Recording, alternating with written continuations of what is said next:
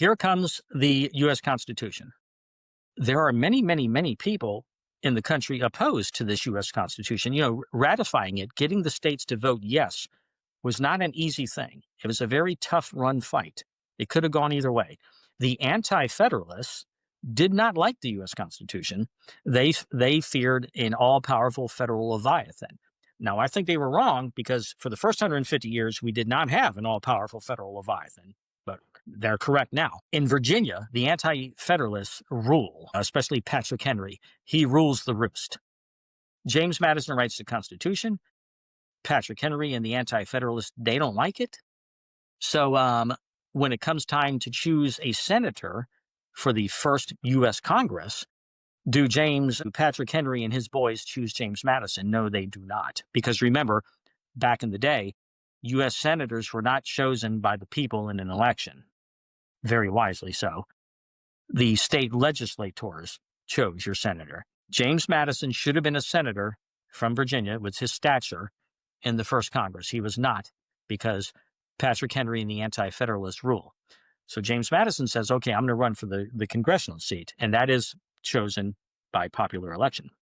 He says, listen, you guys want this Bill of Rights? You want a Bill of Rights? I'll give you a Bill of Rights. No problem. I promise you. My first job when I get up there is I'm going to write you a Bill of Rights.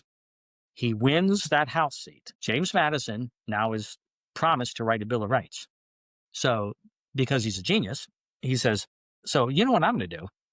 I'm going to write a Bill of Rights without really writing a Bill of Rights, and I'm going to change. I wrote the U.S. Constitution, says James Madison, because he did. I wrote the thing.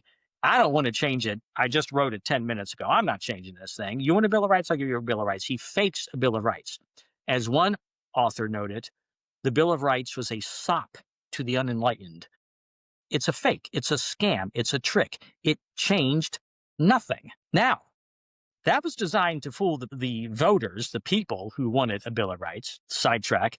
There is some debate about whether the people really truly wanted a Bill of Rights at all, or is that just the intellectual leadership, Patrick Henry and his people, who are pushing it? Who knows? I don't know. So he writes the fake Bill of Rights that changes nothing, and he gets his House seat. And how do you know it changed? Here's a wonderful thing.